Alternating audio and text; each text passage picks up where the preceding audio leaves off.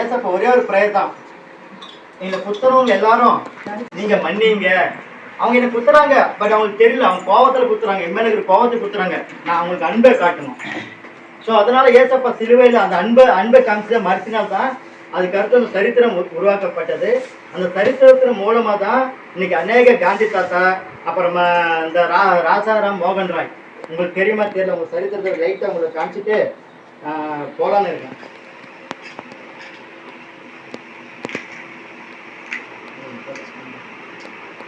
இந்த மனுஷன் தான். இந்த மனுஷனை பத்தி பேசாம என்னால் இந்த இடத்த விட்டு போக முடியாது. இந்த மனுஷன் யாருன்னா ராசாராம் மோகன் ராய். இவர் பெண்களுக்காக போராடி ஜெயத்தை கொண்டவர். பெண்கள் அப்ப இப்ப இந்த காலத்துல லேடிஸ் நம்ம பார்க்கும், பெண்களை பார்க்கும்போது எல்லாம் ஓவர்டேக் பண்றாங்க புருஷனை. கரெக்டானே? நல்லதா கெட்டதா? நல்லது தானே? ஏன்னா நீங்க அவ்வளவு கஷ்டப்பட்டீங்க. உங்களுக்கு முன்னாடி நிறைய புருஷர்கள், நிறைய பெரியவங்க இருப்பாங்கல்ல, 2-3 பொண்டாட்டி கட்டினேன், ரொம்ப டார்ச்சர் கொடுத்தேன், ரொம்ப கஷ்டத்தை கொடுத்துருக்காங்க. கரெக்ட் தானே? கரெக்ட் தானே? எவ்வளவு போராடி இருப்பாங்க, எவ்வளவு ரத்தம் சிந்திருப்பாங்க, எவ்வளவு அழுந்திருப்பாங்க. அப்புறம் எத்தனை பேர் கொலை பண்ணிருப்பாங்க, புருஷன் தான் பொண்டாட்டின்னு பார்க்காம கொலை பண்ணிருக்காங்க. ஸோ அந்த காலத்துல எப்போ 1880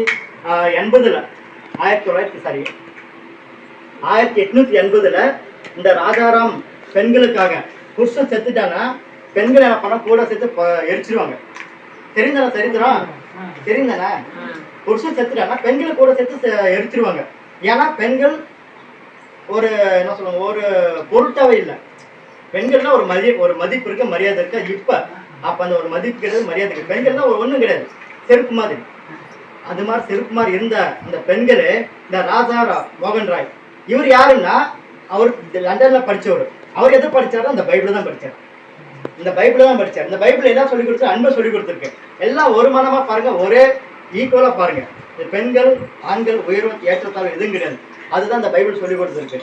அந்த பைபிள் படிச்சுதான் அந்த ராஜாராம் மோகன் ராவ் அந்த மனுஷன் இந்த ஒட்டுமொத்த இந்தியா பெண்களுக்காக போராடி, அதாவது பெண்களே புருஷ கனவை எழுந்துட்டா பெண்கள் கொண்டாட்டி என்ன பண்ணுவாங்க, தீன் போய் எரிச்சு கொண்டுடுவாங்க.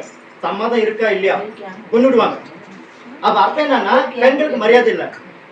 பெண்களுக்கு மரியாதை இல்லை வாழ்க்கையை வாழ்ந்த அந்த இந்தியாவே இந்த பைபிள் மூலமா தான் இந்த பெரிய ஒரு மாற்றத்தை இந்தியாவில் பெரிய ஒரு என்ன சொல்லுங்க, ஒரு பெண்களுக்கான முன்னுரிமை கொடுக்க இந்த பைபிள் தான் உதவி செய்துச்சு. ஏன் இந்த பைபிளை பார்த்து இவ்வளவு பெருமையா நான் பேசுறேன்னா, இந்த பைபிள் இல்லைன்னா இந்த கரண்ட் இருக்காது. இந்த பைபிள் படிச்சவர் தான் இந்த கரண்ட் உருவாக்குனாரு. இந்த பைபிளை படிச்சவர் தான் பெண்களுக்கு ஒரு முன்னுரிமை கொடுத்தாரு. இல்லைன்னா இன்னைக்கு உங்க பிள்ளைங்க, உங்க மக லட்சுமாமா கண்ட்ரோல் பண்ண முடியுமா? அவர் அடிமையை வச்சிருப்பாரு. ஆனா இன்னைக்கு மகள் கண்ட்ரோல் பண்றாங்க.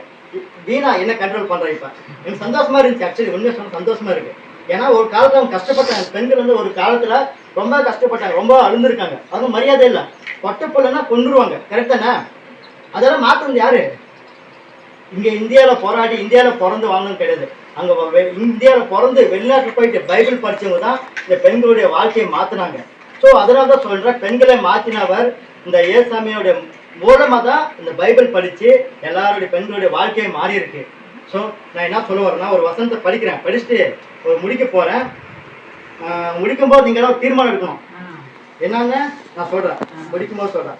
ஏசாயா உங்களுக்கு நீங்க கேளுங்க, நான் படிக்கிறேன். ஏசாயா 55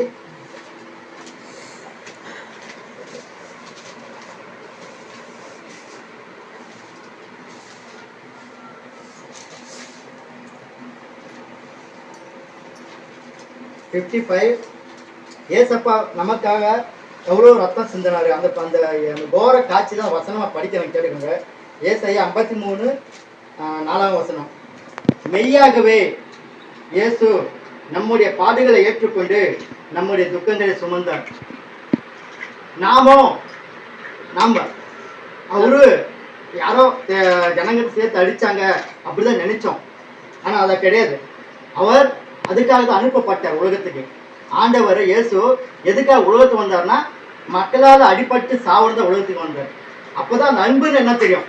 இப்ப குடும்பத்தில் நம்ம இருக்கோம். இப்ப நம்ம அன்பு காமிக்க நினைக்கும் போது அவங்க கிட்ட அடி வாங்கினா தான் நம்ம அன்பை காமிக்க முடியும். அப்பதான் அவங்களுக்கு புரியும், ஓ நம்ம எவ்வளவு அடிச்சாலும் நம்ம அம்மா நம்மள அன்பு காமிக்கிறாங்களே, நம்ம எவ்வளவு திட்டாலும் நம்ம அன்பா இருக்காங்களே. சந்திரத்தி மாதிரி உன் மகனே உங்களுடைய அன்பு ஒரு நாளுக்கு மகன் புரியுமானா உங்களுடைய அன்பு தான். அந்த கஷ்டம் கஷ்டம் இருக்குல்ல, அந்த கஷ்டம் இன்னைக்கு மாறப்போகுது. இன்னைக்கு அதுக்கு தான் நான் வந்திருக்கேன். நாங்க எல்லாம் சேர்ந்து பாஸ்டர் ஏதோ சாமி மாத்தினா நல்லது. இந்த மெயின் ரீசன் இந்த பாஸ்டர் தான், சரிங்களா? இந்த ஊழியக்காரர் தான், சரியா? இந்த ஊழியக்கார மனசு நல்லா பயிச்சுக்கோங்க. ஓகே, ஸோ இன்னைக்கு அந்த அன்பால் தான் இன்னைக்கு எல்லாரையும் மாற்ற போறோம்.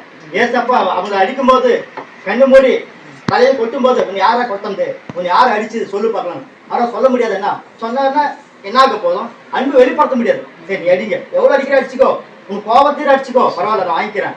என் அன்பை காமிக்கிறேன், என் அன்பு என் இதயத்தை திறந்து காமிக்கிறேன். நீ அதை பார்த்து கற்றுக்கோ. அதனால தான் இன்னைக்கு வசனத்தை முடிக்க போறேன். நமக்கு சமாதானத்தை உண்டு பண்ணும்.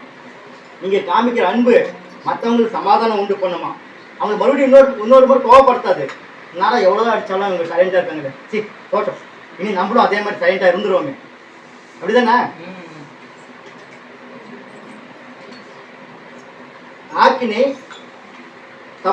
தண்டனை நம்ம மேல விழ வேண்டியது அவர் மேல விழுந்துச்சு. ஏன்னா அன்பு அவர் நம்ம நேசிச்சதுனால தான் அவர் மேல விழுந்தது.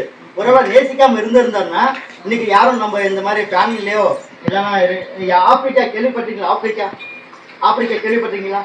அந்த நாட்டில் இப்போ கூட மண்ணு சாப்பிடுறாங்க, தெரியுமா உங்களுக்கு? ஏன்னா அந்த இடத்துல மிஸ்டரி மாதிரி யாரும் போக முடியல. ஆனால் இங்கே நிறைய பைபிள் படிச்சு நிறைய பேர் இந்த இந்தியாவுக்கு வந்ததுனால தான் இன்னைக்கு நீங்களும் நானும் சோறு சாப்பிட்டு ஃபேனில் இருக்கோம். அங்கே ஆப்பிரிக்காவில் கரண்ட் இல்லாமல் இருக்கு. உங்களுக்கு தெரியுமா? தெரியாது. அந்த நாட்டில் கரண்ட் இல்லாமல் இருக்கு. ஏன்னா நிறைய பைபிள் படிச்சு நிறைய பேர் அங்கே போகல, இப்போ போயிட்டு இருக்காங்க. வருங்காலத்தில் அதுவும் மாறும். அதனால இவ்வளோ காலங்கள், இவ்வளோ டெவலப்மெண்ட், இவ்வளோ இம்ப்ரூவ்மெண்ட் நம்ம இந்தியாவுக்கு வந்திருக்குன்னா இந்த பைபிள் படிச்சுங்க. இந்த இந்தியாவில் வந்து ஊழியம் பண்ணணுங்க. என்ன மாதிரி ஆளுங்க, என்ன மாதிரி இந்த ஏக்கம் கொண்டு அன்பு காமிக்கணும்ப்பா. இவங்க பாவம், இவங்களுக்கு ஒண்ணுமே தெரியல, அடிச்சுக்கிறாங்க, பிடிச்சிக்கிறாங்க, ஒருத்தர் வெட்டிக்கிறாங்க. பட் அவங்களுக்கு எதிர் மாதிரி எதுவுமே தெரியாது. இவனுக்கு வந்து இவனை வெட்டுறாங்க, இவனுக்கு வந்து இவனை வெட்டுறாங்க, 2 பேர் செத்துறாங்க. அன்பு அங்கே இல்லாம போகுது. ஸோ இவங்களுக்கு அன்பு காமிக்கணும். இந்த பைபிள் படிச்சு நிறைய பணக்காரங்க இந்த இந்தியாவுக்கு வந்து காசு எல்லாத்தையும் செலவு பண்ணிட்டு அவர் வந்து பிச்சை எடுத்துன்னு வரல, சொந்த காசு செலவு பண்ணி இந்தியாவுக்கு வந்து இங்குள்ள மக்களுக்கு காசு செலவு பண்ணி வாழ்ந்து. அங்கே கல்ச்சர் வேற, நம்ம கல்ச்சர் வேற, அப்படிதானே? அங்கே அங்கே நல்லா கூலாக இருக்கும், இங்கே நல்லா ஹீட்டாக இருக்கும். அங்கே சாப்பாடு வேற, நம்ம சாப்பாடு வேற. நம்ம சாப்பாடு சாப்பிட்டு செட் ஆகாம அவங்க அன்பை மட்டும் காமிச்சு செத்து போன நிறைய பேர் இந்த இடத்துல இருக்காங்க. அவங்க செத்து போயிட்டு இந்த பைபிளை விட்டு போயிருக்காங்க. எதுக்கு சொல்லு? அன்பை காமிக்கணும். நீங்களும் நானும் அன்பை காமிக்கணும். அதுதான் ஆண்டவர் நம்ம உருவாக்கியிருக்காரு. அதனால தான் இந்த அன்பு நான் பைபிள் உங்களுக்கு காமிக்கிறேன். இந்த இதுல நிறைய அன்பு இருக்கு, நிறைய வித அன்பு இருக்கு. உங்களுக்கு எத்தனை விதமான அன்பு தேவையோ அத்தனை விதமான அன்பு இருக்கு. மனசு உடஞ்சவங்களுக்கான அன்பு இருக்கு, சோர்ந்து போயிருக்காங்க அவங்களுக்கு அன்பு இருக்கு, வியாதியா இருக்காங்க அவங்களுக்கான அன்பு இருக்கு. எல்லாமே இந்த பைபிள் இருக்கு. இந்த பைபிள் உங்களுக்கு படிக்க தெரியல, கவலைப்படாதீங்க. நான் கண்டிப்பா வருவேன், எல்லா வாரம் இல்லை மாசத்துக்கு ஒரு டைம் வருவேன். உங்களுக்கே இந்த அன்பை பத்தி அதிகமாக போதிக்க போறேன். ஆமே, ஓகே. நீங்க ஒரு தீர்மானம் எடுப்பீங்களா? நீங்க ஒரே ஒரு தீர்மானம். என்ன தீர்மானம்னா, எஸ்தர் ராணி உங்களுக்கு தெரியுமா? உங்களுக்கு தெரியாது. நீங்க எஸ்தர் ராணி, ஒரு ராணி இருந்தாங்க எஸ்தர். ஒரு காலத்துல ரொம்ப வருஷத்துக்கு முன்னாடி அந்த ராணி அவருடைய தீர்மானம் என்னன்னா, அந்த ராணியை சார்ந்த ஒரு கூட்டத்தை அழிக்கிறதுக்கு ஒரு தீர்மானம் போட்டிருக்காங்க. அவங்க சத்ரு, யார்? எதிரி. ராணிக்கு ஒரு எதிரி இருப்பாங்க தெரியுமா? நல்லவங்களுக்கு ஒரு எதிரி இருப்பாங்க தானே? இந்த நல்லவங்களுக்கு ஒரு எதிரி இருந்தா அந்த டைம். அப்ப அந்த ராணி யாரு, ராணியுடைய ஜாதி என்னன்னு தெரியாது கெட்டவனுக்கு. ராணி எந்த கோத்திரத்தை சேர்ந்தவங்க தெரியாது, ராணி எந்த ஜாதியை சேர்ந்தவங்களும் தெரியாது. இப்ப இந்த ராணியுடைய ஜாதி அழிக்கணும். அப்ப தீர்மானம் எடுக்கும் போது இந்த ராணி தெரிஞ்சு போச்சு, எங்க என்னத்தை அழிக்க போறாங்க. இப்ப அதாவது நம்ம மக்களை, என் ஊரை அழிக்க போறாங்க, இவங்களுக்கு அன்பு தெரியாம அழியக்கூடாது, அன்பு தெரியாம யாரும் சாவக்கூடாதுன்னு சொல்லிட்டு இவங்க என்ன பண்றாங்க, ஒரு தீர்மானம் எடுக்கிறாங்க. ஏசப்பா ப்ரே பண்றாங்க, ஏசப்பா இதை என் மக்கள் அழிக்க போறாங்க, நான் என்ன பண்றோம்? நான் ஒன்றும் பண்ணல, ராஜாவுக்கு முன்னாடி போய் நிற்கிறேன். நீங்க ராஜாவை கண்கள் தயவு காமிங்க. ராஜாவுக்கு முன்னாடி யாரும் போய் நிற்க முடியுமா? சிம்பிளாக நிற்க முடியாது. ராணியாலும் நிற்க முடியாது, ஒரு பர்மிஷன் கொடுக்கணுங்க. இப்போ ராஜா ஒரு செங்கோல் நீட்டுவார், அப்போ ராணி உள்ள வந்து அலோவ் பண்ணுவாங்க. ஒருவேளை செங்கோல் நீட்டலன்னா ராணி கழுத்து வைக்கிடுவாங்க. ஸோ இது ஒரு ரூல்ஸ் அங்கே. அப்போ பெண்களுக்கு எவ்வளோ மதிப்பு இருந்துச்சு? அப்போ பெண்களுக்கு மதிப்பே கிடையாது. இயேசுவின் அன்பு தான். ஆமா, அப்ப பெண்களே ஒரு மதிப்பு கிடையாது, ஒரு என்ன பொருட்டே இல்லாம இருந்தாங்க. செருப்பு சமாளம் சொல்ல போனோம் அந்த காலத்துல. சோ அப்படியேப்பட்ட காலத்துல ராணி என்ன பண்ண ஏசப்பா முழங்கால் பண்ணிட்டு ஏசப்பா நான் ராஜா கிட்ட போறேன், ராஜா கூட பேச போறேன், நீங்க எனக்கு எனக்கு நீங்க உதவி பண்ணுங்க. அப்ப ராஜா மாதிரி போய் நிக்கிறாங்க. ராஜா கோல் நிட்டாரு. எவ்வளவு பெரிய விஷயம் அது. காலங்கள் சொல்ல முடியாது. திடீர்னு கோல் நிட்டாம போயிட்டா அந்த இடத்துல ராணியோட தலை துண்டாக்கப்படும். இப்ப ராணியோட சரித்திரம் இல்லாம போயிடும். ஆனா ஆண்டவர் என்ன பண்ணாரு, அந்த கல்லால மனுஷையே தொட்டாரு. எதுக்காக சொன்ன அன்பு. அப்ப ராணி போய் நிக்கிறா. ராணி சொல்றா, என் ஜனங்களை அழிக்க போறாங்க, என் மக்கள் அழிக்க போறாங்க. ராஜா நீங்க எங்களுக்கு ஒருவேளை உங்களுக்கு கருணை இருந்தா எங்க மக்களை காப்பாத்துங்க. இன்னைக்கு நம்மளும் அதான் பண்ண போறோம். நீங்க ஒரு எஸ்தரா, நீங்க ஒரு பெண்ணு தான், நீங்க பெண்கள் தானே. எஸ்தரை போல ஒரு ராணியாவ நீங்களும் ஒரு எஸ்தர் ராணி, சரிங்களா? உங்களுக்கும் ராணி அந்த பதவி ஏசப்ப கொடுக்க போறாரு இன்னைக்கு. நம்புறீங்க தானே? நீங்க ராணி. ஒரு காலத்துல எல்லாரும் எல்லாமே இருந்தாங்க, ஒண்ணுமே இல்லாதவா இருந்தீங்க. ஆனா இன்னைக்கு நீங்க ராணியா இருக்க போறீங்க. அந்த ராணி என்ன, ராணியாவோட என்ன முடியுமானா உங்க குடும்பத்தை நீங்க காப்பாற்ற முடியும். எங்க குடும்பத்தை நீங்க அன்பு, உங்க குடும்பத்தை நீங்க அன்பு காமிக்க முடியும். நீங்க காமிச்சீங்கன்னா அந்த அன்பு, இந்த பைபிள் படிச்சுங்க எத்தனை பேர் வாழ்க்கை மாறிச்சோ, அந்த அன்பை நீங்க புரிஞ்சுக்கிட்டீங்கன்னா உங்க குடும்போட வாழ்க்கை மாறும், இந்த ஊருடைய வாழ்க்கை மாறும். இந்த ஊர் மாறக்கூடாதுன்னு எனக்கு நான் இது இருக்கா இல்ல, நான் ஏன் அங்கேயே பெங்களூர்ல கஷ்டப்பட்டு வெயில வரணும்? இந்த ஊர் மாறணும் சொல்லிட்டேன். தினம் தினம் நாங்க ப்ரேயர் பண்றோம், இந்த ஊர் மாறணும்ன்றவரே. பழைய காலத்துல இருந்த மாதிரி இருக்கிறாங்க. இந்த மக்கள் மாறணும், இந்த மக்களுடைய சிந்தனைகள் மாறணும். என் சொந்தக்காரங்க அவங்களுக்கு நான் அன்பு காமிக்கணும். நான் பைபிள் படிச்சுட்டேன், அந்த பைபிள் இருக்கிற அன்பை அவங்களுக்கு காமிக்கணும். அந்த அன்பை நீங்க புரிஞ்சுக்கணும். எஸ்தர் ராணியை போல நீங்க தீர்மானம் எடுங்க இன்னைக்கு, சரிங்களா? கர்த்தர் எப்படிப்பட்டவர்னா அவர் அன்பானவர். அவரை நம்பி வந்தவங்களே அப்படியே கீழே விட்டுற மாட்டாரு. ஒரு ரூத்னு ஒரு பெண்மணி இருந்தான். பெண்களை பத்தி பேச போறேன். ரூத்னு ஒரு பெண்மணி தான், சரியா? அந்த ரூத் என்ன பண்ணா, இயேசுவை நம்பி வந்தவன். ஒரு ஊர்ல வசிக்கிறா. அவங்க கிட்ட காசு பணம் எதுங்கிற எல்லாம் இழந்துட்டா, சரியா? கடைசியில் அவர் சாப்பிட்றதுக்கு இந்த வயல்வெளி கட் பண்ணிட்டு போவாங்க தெரியுமா? அது என்ன சொல்லுங்க, நம்ம ஒரு ஜாதி இருப்பாங்க அதுக்குன்னு. எல்லாம் நெல்லை கட் பண்ணிட்டு போயிட்டு போது பொறுப்புக்கு ஒரு ஜாதி இருப்பாங்களே, அந்த காலத்தை நானும் பார்த்துருக்கேன். யாரோ அந்த மாதிரி பாம்பு பிடிக்கிறவங்க, ஒண்ணு இல்லாதவங்க பொறுக்கிக்கிறவங்க, அந்த மாதிரி பொறுக்கணும் தான் ரூத். ஒருவேளை ஏசப்பா அன்பு இல்லாம இருந்தா,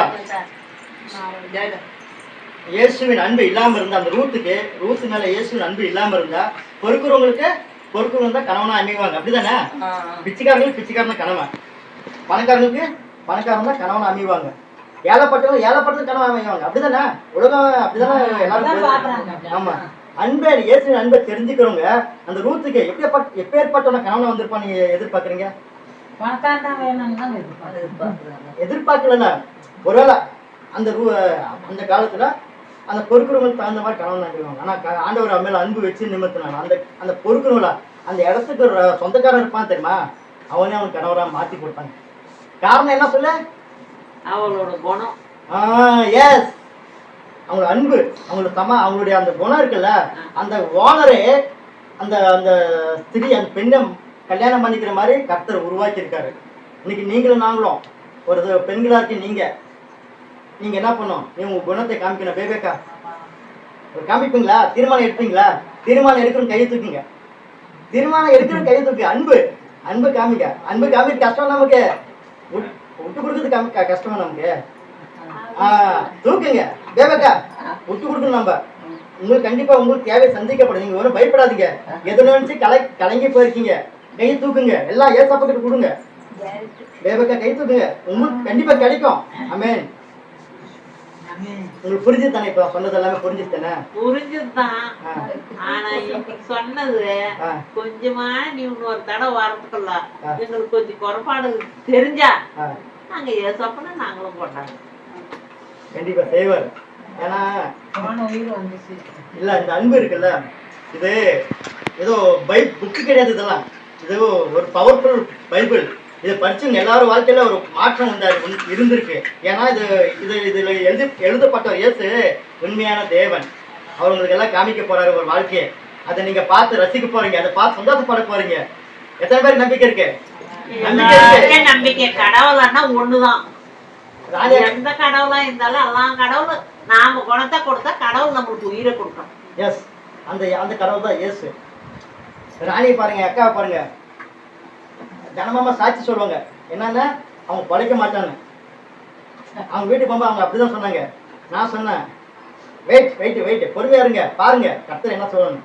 இன்னைக்கு ஆண்டவர் நான் ₹1 செலவு இல்லாம யாருக்கும் முன்னாடி அந்த ஸ்கீம் இருக்குன்னு யாருக்கும் தெரியுமா? தெரியாது. ராணி மூலமா தான் அந்த ஸ்கீம் இருக்குன்னு எல்லாருக்கும் தெரிஞ்சு.